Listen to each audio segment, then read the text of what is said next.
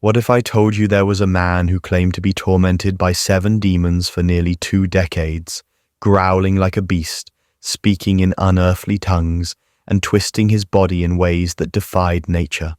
What if I told you that doctors were helpless, the church was his last hope, and what happened next left an entire nation questioning the boundaries of faith, science, and fear? This is the story of George Lukins, a man whose terrifying ordeal would blur the line between possession and madness.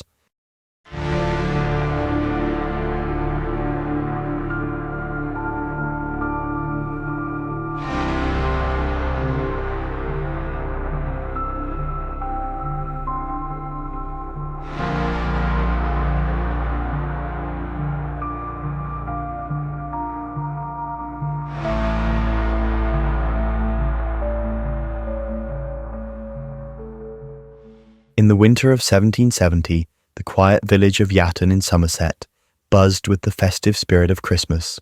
Among the villagers, George Lukins, a well-respected tailor known for his cheerful disposition, took part in the local Christmas play, a cherished annual tradition that brought the community together. As the evening unfolded, the audience gathered in the modest village hall, eager to enjoy the familiar tales and songs of the season. Midway through the performance, an unsettling hush fell over the crowd. George, who had been delivering his lines with his usual enthusiasm, suddenly paused, his expression twisted into one of anguish and fear. Without warning, he collapsed to the ground, his body convulsing violently. Gasps and murmurs spread among the spectators as they watched him writhe uncontrollably, his limbs flailing in unnatural motions. Those closest to the stage rushed to his aid, but as they approached, they recoiled in shock. George's voice, now distorted and unrecognizable, emitted guttural sounds that resembled neither human speech nor any animal they knew.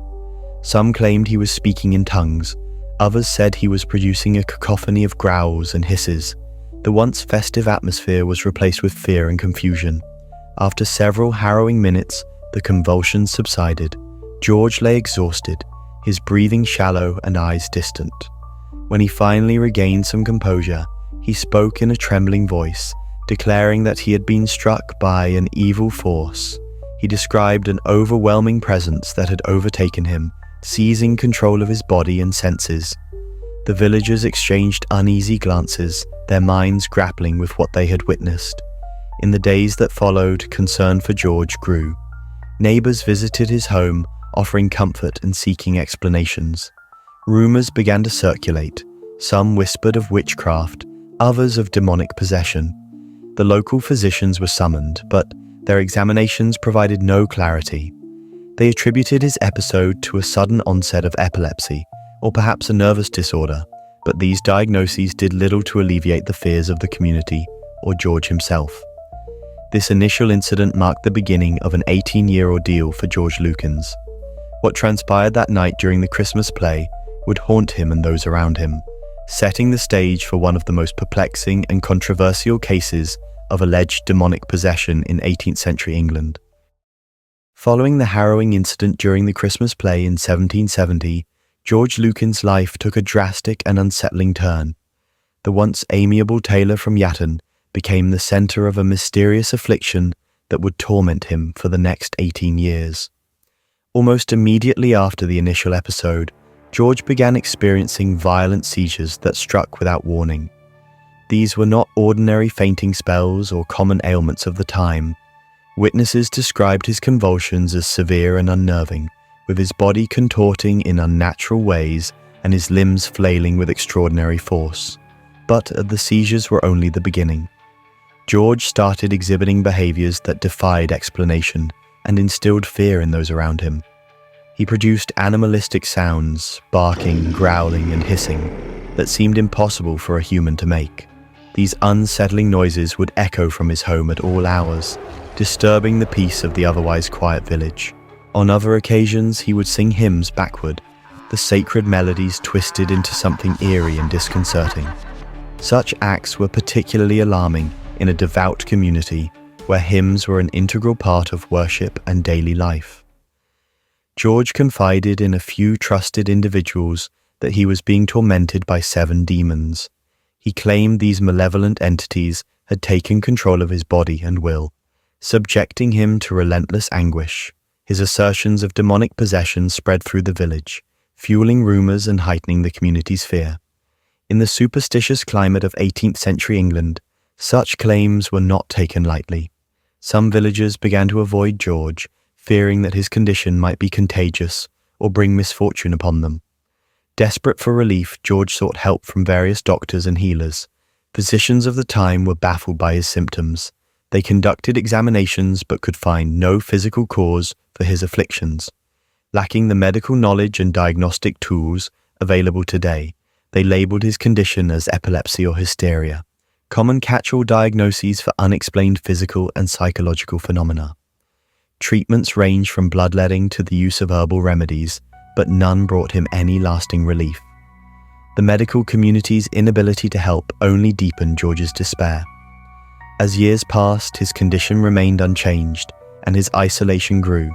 Friends and acquaintances drifted away, unable to cope with his bizarre behaviors and the stigma attached to them. George's life became a relentless cycle of torment, his days and nights punctuated by seizures and episodes of disturbing conduct. His claim of being plagued by 7 demons became a defining aspect of his identity, overshadowing the man he once was. For 18 long years, George Lukins lived on the fringes of his community, trapped in a personal hell that no one seemed able to understand or alleviate. His plight became a topic of local law, a cautionary tale whispered among the villagers. It wasn't until 1788 that a new avenue of hope emerged, setting the stage for a dramatic confrontation between the forces that tormented him and those who sought to save his soul. In 1788, after enduring 18 years of relentless torment, George Lukins reached a point of utter desperation.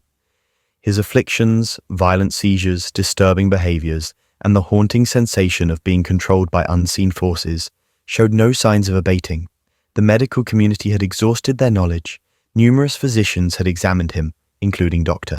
Richard Smith, a reputable local doctor. Dr. Smith had observed George's symptoms firsthand and concluded that they did not align with any known medical condition. He acknowledged that traditional medicine could neither explain nor cure what plagued George, suggesting that perhaps the origins of his affliction were beyond the physical realm. Faced with this grim reality, George turned to the church for solace and assistance. He sought out Reverend Joseph Easterbrook, the vicar of Temple Church in Bristol. Reverend Easterbrook was known for his compassionate nature and his willingness to confront challenging spiritual matters. When George presented himself at the vicarage, he appeared worn and distressed, a man pushed to the brink by unseen tormentors.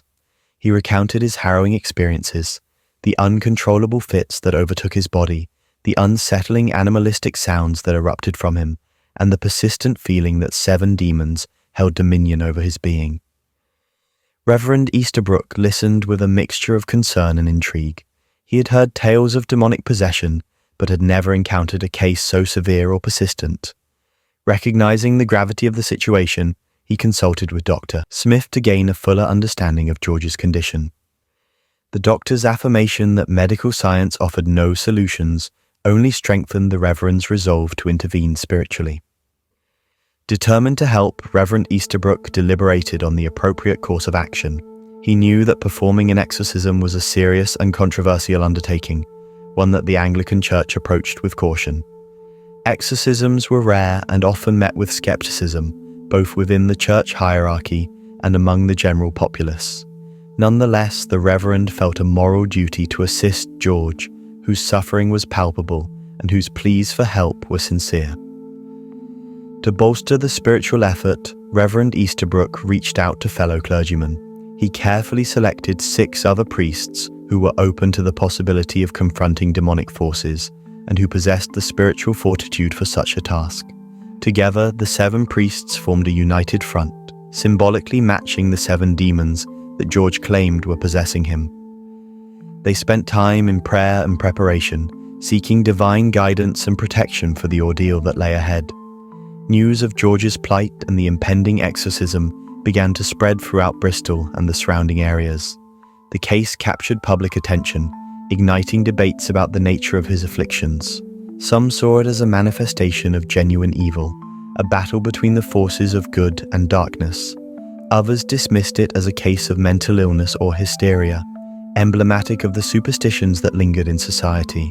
Despite the varying opinions, the focus remained on George and the hope that he might finally find relief.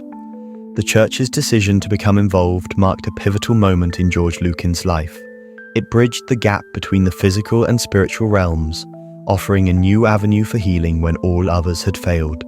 The stage was set for a confrontation that would test the faith and courage of all involved, and that would leave an indelible mark on the community's history. The priests prepared to face the unknown, guided by their conviction and a profound desire to restore peace to a tormented soul. On June 13, 1788, a tense and solemn atmosphere enveloped Temple Church in Bristol as 7 Anglican priests gathered to perform an exorcism on George Lukins. The small chapel was chosen for its sanctity and the hope that within its walls, divine intervention might finally free George from his 18-year ordeal. Word of the exorcism had spread, and a crowd assembled outside, eager yet apprehensive about the confrontation with the supernatural that was about to take place. Inside the church, the priests, led by Reverend Joseph Easterbrook, prepared themselves through prayer and reflection. They were acutely aware of the gravity of the situation. Exorcisms were rare and controversial within the Church of England, and they faced potential ridicule and skepticism from both religious and secular communities. Nevertheless, their resolve was firm, bolstered by a shared commitment to alleviate George's suffering. George Lukins was brought into the church, appearing physically weakened but with an unsettling aura about him. As the priests commenced the ritual, they recited prayers and passages from the scriptures, calling upon the power of God to expel any evil forces present. Almost immediately, George's demeanor changed dramatically. His body convulsed violently, and he was thrown into fits that seemed to defy natural explanation. Witnesses described his movements as grotesque and contorted, his limbs twisting in ways that appeared physically impossible. A cacophony of sounds erupted from George. He spoke in voices not his own, some deep and guttural, others high-pitched and mocking. At times he communicated in languages unknown to the priests, uttering phrases that they could not comprehend. These utterances intensified the belief among those present that they were indeed confronting demonic entities. Throughout the exorcism, George exhibited behaviors that both alarmed and astonished the priests. He sang hymns backward, turning sacred songs into eerie incantations. He hurled insults and blasphemies at the clergy, challenging their faith and authority. The voices emanating from him claimed dominion over his body, declaring that they would not be easily cast out. Despite the alarming manifestations, the priests remained steadfast. They continued their prayers with greater fervor, invoking the name of Jesus Christ and commanding the unclean spirits to depart. The confrontation escalated as the alleged demons resisted, leading to a prolonged struggle between the spiritual forces at play. After several exhausting hours, a pivotal moment occurred. George suddenly became still, and a clear, authoritative voice spoke through him, proclaiming, "I am the great spirit who rules over all, and I will never depart from this man." The priests redoubled their efforts, responding with intensified prayers and exhortations. The tension in the room reached its peak as the battle for George's soul seemed to hang in the balance. Then, as abruptly as the turmoil had begun, it ceased. George collapsed onto the floor, lying motionless and silent. The priests gathered around him, cautiously hopeful. After a few moments, he opened his eyes and spoke in his own voice, calm and lucid. He declared that the demons had left him and that he felt a profound peace for the first time in nearly 2 decades. The transformation was striking. His countenance appeared lighter, and the torment that had long been etched into his features seemed to have vanished. The priests offered prayers of thanksgiving, and those present felt a palpable sense of relief and awe. News of the successful exorcism spread rapidly, igniting both celebration and debate. Many hailed it as a miraculous deliverance, a testament to the power of faith and divine intervention. Skeptics, however, questioned the authenticity of the events, suggesting that it was a case of deception. Regardless of differing opinions, for George Lukins, June 13, 1788, marked the end of an 18-year nightmare. He returned to Yatton, resuming his life with a newfound serenity. Reports indicated that he experienced no further episodes of possession or bizarre behavior. The exorcism at Temple Church became a subject of fascination and discussion, leaving an enduring legacy in the annals of English folklore and religious history. After the dramatic exorcism on June 13, 1788, George Lukins returned to his hometown of Yatton, Somerset, markedly transformed. The torment that had plagued him for 18 long years appeared to have vanished entirely. Neighbours and acquaintances observed a significant change in his demeanour. The unsettling behaviours that had once isolated him from the community were no longer present. George resumed his trade as a tailor and re-engaged with village life, participating in social and religious activities without incident. The news of his recovery spread quickly throughout Yatton and the surrounding regions. Many locals saw his deliverance as a testament to the power of faith and the efficacy of the church's intervention. The successful exorcism became a topic of sermons and discussions, reinforcing religious beliefs about the battle between good and evil. For those who had witnessed George's afflictions firsthand, his restoration was nothing short of miraculous. However, the broader public reaction was mixed. As accounts of the exorcism reached newspapers and pamphlets, the story of George Lukins ignited widespread debate across England. The case attracted the attention of both believers and skeptics, fueling discussions about the nature of his condition and the legitimacy of demonic possession. Despite the controversies, George remained unperturbed by the public discourse. He continued to live quietly in Yatton, reportedly free from the disturbances that had overshadowed his earlier years. There were no further reports of seizures, strange vocalizations, or claims of demonic influence. For George, the ordeal seemed to have ended conclusively, allowing him to reclaim a sense of normalcy. The case of George Lukins left an enduring legacy in both religious and secular contexts. In the years that followed, the story of George Lukins continued to be referenced in theological debates, medical journals, and popular literature. It served as a cautionary tale about the dangers of jumping to conclusions, whether attributing unexplained phenomena to demonic forces or dismissing deeply held beliefs without consideration. Ultimately, the aftermath of George's exorcism reflected the broader societal shifts of the time, capturing a moment when faith, skepticism, and the quest for understanding converged in a single extraordinary narrative. The story of George Lukins remains as unsettling as it is enigmatic.